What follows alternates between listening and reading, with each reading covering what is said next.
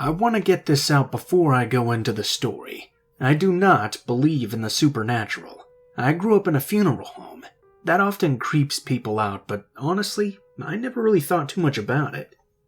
It was just one of those things that I had always known, so it didn't seem weird to me in any way. I do recall when I was a teenager, a lot of my friends wanted to break into the chapel whenever there was a body lying in there. They would get really pissy with me when I never let them, but hey, I had more respect for the family members of the deceased than to do anything like that. I was 16 years old when this story takes place. My dad had gotten a bunch of tickets for the family to go to a hockey game. I didn't go because I didn't really like hockey too much, and I actually had a lot of schoolwork to do. They also had to drive to and from the city, and would not be getting home until very late at night. There was also a funeral the next day, and the body was lying in the chapel as well. At one point during the night, I heard the doorbell ring. I wasn't expecting any friends over or anything like that, but I still went to check on the door. When I went and answered, I saw there was a young man at the door, a bit older than me. He immediately asked me if this was the chapel where the body of that particular person was laying. I let them know it was. He asked to come in and see the body, to pay his respects. I let him know that we don't normally do things like that. He would be completely welcome to come tomorrow during the funeral, though. I wasn't supposed to do it. I grew up knowing that. But when I told the man that I could not let him in, he told me he had been very good friends with the departed, and that he would be leaving that night. He wouldn't be in town for the funeral. I knew I would get in trouble if my dad found out, so I kept refusing. However, the man did eventually wear down my resistance. I told him I would let him into the chapel for a moment, but he would have to pay his respects quickly. I led the man over to where the body lay. I figured he just wanted to be alone for a few moments, so I gave him about 10 minutes. I knocked on the door of the chapel and told him I really had to get him out of there so I could get back to my work. There was no answer. I knocked a little harder on the door. The chapel was rather large, and he was in mourning, so it was possible he had just not heard me. Finally, though, I opened the door and looked into the chapel. The man was not there at all. I called out for him a few times, and told him I really needed to get him out of there. I checked the other doors, and there was no indication he had left through any of those either. He must have, though, because he wasn't in there anymore. Figuring he must have found a way out, I locked the chapel back up and then went to do my work. I fell asleep at my desk while working, and I woke up to hear the largest and weirdest sounding crash I had ever heard. It was obvious it had come from the chapel. Apprehensive, I went to check on what was happening. I made sure to bring a poker from our fireplace as well. I kept wondering if the man from earlier had broken back into the chapel. When I opened the door, there was no one there. The casket had been knocked over, though, somehow. As I approached it, I heard a sound as if the body in the casket was knocking from the inside, trying to get out. Now, growing up with a business in my home like this, I really had no fear of the dead or caskets or anything. I didn't believe in the supernatural either. But obviously this was scary and I had no idea what to do, so I called 911 and explained what was happening. The police arrived once I explained it to them. I don't think they believed me until they heard it themselves. Going over to the casket, they put it level on the floor. It was actually laying lid-wise down. When they did, they opened it and found the man who had come to pay his respects lying in the casket with the body. Turns out, the family didn't even know the guy. He had this genius to find a way to break into our home. He would hide in the coffin until everyone went to bed and then sneak out. The problem he had was that the casket latched from the outside, and he found himself unable to get out. He had struggled for over an hour in the casket, simply trying to release the lid. My parents were, of course, very upset that I had let him in against the rules, but they didn't make too big a deal out of it. I never did it again after that, though.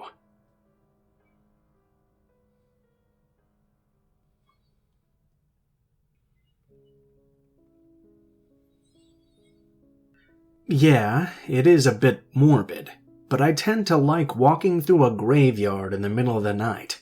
I know, but there was just something about it. In this day and age, it can be really difficult to really get scared much. The graveyard by my house was very old and very poorly lit. I could walk through there, and once the ambiance took effect, it was a really cool, if not always frightening, experience. I should probably also mention that this story took place when I was a teenager. So I was still in school and living with my parents. I had a decent amount of friends, but they normally had pretty strict parents who would not let them go out and remain out as long as I was allowed to.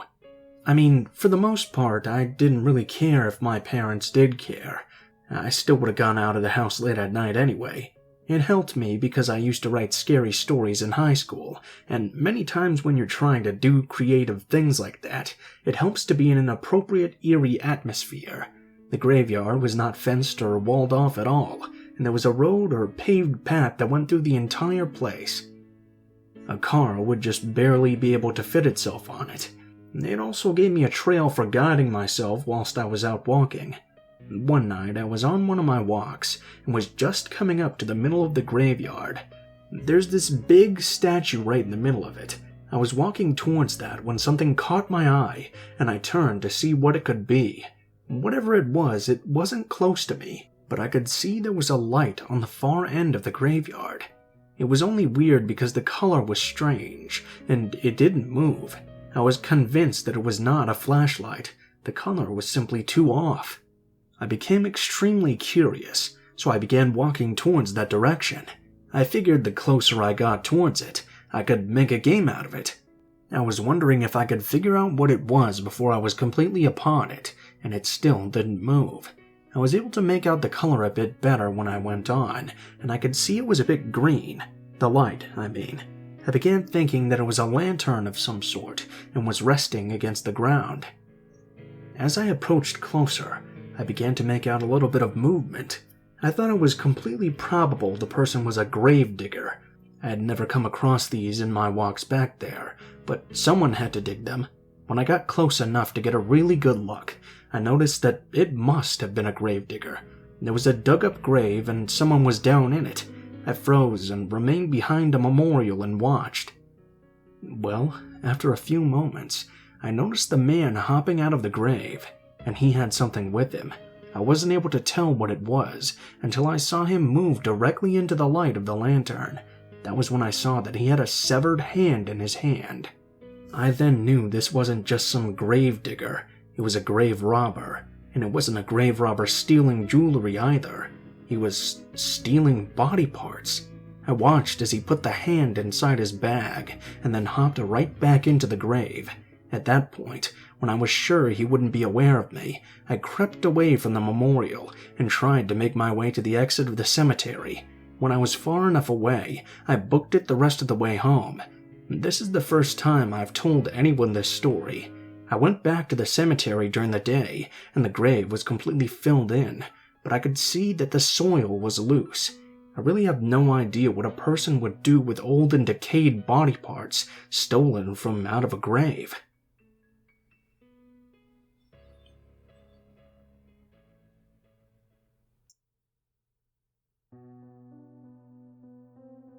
There's this abandoned church on this hill not far away from where my aunt's house was. We always knew it was there, but it had been closed down for a very long time. The road to get there had been grown over years ago, and thus there was no direct route to get to the church. Well, it just so happens my cousin and I love abandoned buildings. Living out in the country for his entire life and visiting me often, we would always explore. We came across old sheds, old barns, even an old schoolhouse once. We figured it was a schoolhouse because it had desks in it. Most of the buildings were really rotted and run down. Some were completely grown over with trees, bushes, and vines, and many of them were just too dangerous to even think about going inside. But when I was 15, I spent a week at my aunt's house.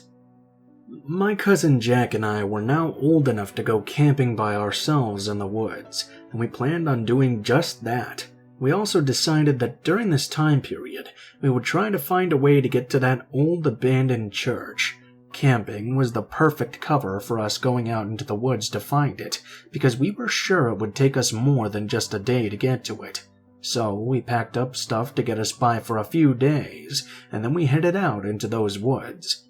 Jack had a map that a friend of his who had claimed to have been at the church before gave him. I wasn't so sure that this was the truth, but hey, it was supposed to be an adventure, so we went along. Worst case scenario was that we simply didn't find it, and then we would simply go home after a very fun camping trip. The first day turned out to be a bust. We didn't find anything except what seemed like an old outhouse. Exactly because it looked like an old outhouse, I decided it was best not to take a look inside. About halfway through the second day, though, we got very lucky. Remember, this church was up on a hill, and the forest was pretty dense. But we managed to catch a glance at what we supposed had to be a steeple. We climbed up the hill, and were astonished that we had actually found this old church. The building was old and rotted like most in the area. There was no bell in the steeple either. It was blocked off by a picket fence, but the fence was missing many posts, and the ones that were not missing were rotted out. There was another thing that we hadn't anticipated, though. There was a small graveyard right behind the church. I was very curious about this graveyard, so I headed that way whilst Jack decided he wanted to check out the church itself. He had no real interest in graves, so we split up.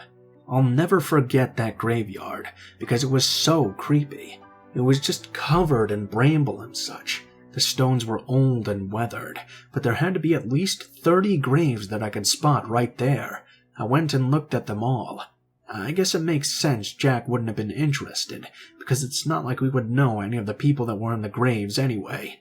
There was a grave far off from the church. It was really covered with briars and bramble, but it was set further back on the hill than the rest of the gravestones had been.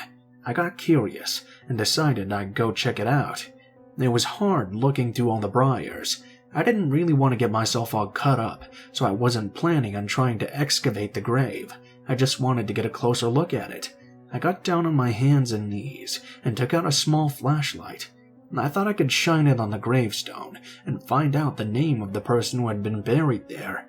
Again, I knew it wouldn't be anyone I would know, but I just wanted to figure it out. As I shone the flashlight through the mess of briars and brambles, I noticed something gleam a bit. I took a moment or two for my eyes to adjust, but when they did, I saw the eyes of a small child looking directly at me. It was a face looking at me. At first, I thought it must be a dummy or a toy or something, but then it blinked at me. I jumped and was shocked that my body hadn't just leapt out of its skin. I didn't look back again, though. I just turned and ran out of the church. Jack had just been coming out and told me we should probably get out of there as quickly as we could. He wouldn't tell me why right away, but after what I had just seen, I didn't need him to. It was later that night when we had our tent up that Jack told me why we had to leave. He told me he had found some food and belongings in the church, and they weren't old at all. There were unopened cans of food, and other signs it was being lived in. That's when I told him about the child I had seen in the brambles. I don't know what to make of it, really. We never went back to the church. Hell, wild dogs would not have been able to drag us back there. But since we never did, we never really found out what was going on. It wasn't unusual for an old building to have squatters, but it was really unusual to have seen that child. I can't explain it in any way, but I know I'll never forget it.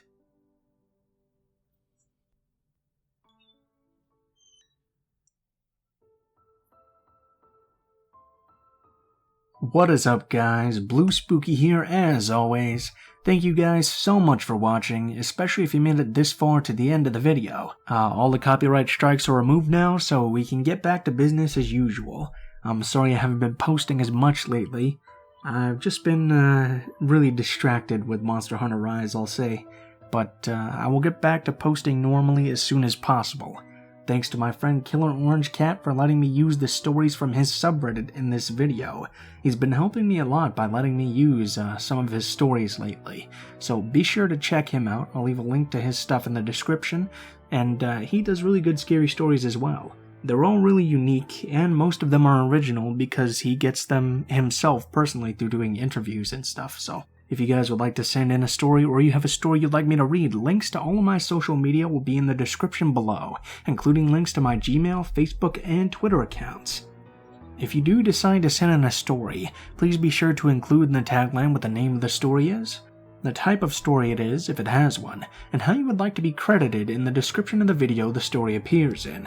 If you're curious about the art used in this video, I have links to my artist friend in the description below. He makes really good stuff and he does commissions, so be sure to check him out if you like his stuff. And as always, links to the music used in the video will also be in the description in the order which it appears in. Thank you guys so much for watching, not too many updates this time, and I hope you guys have a great day.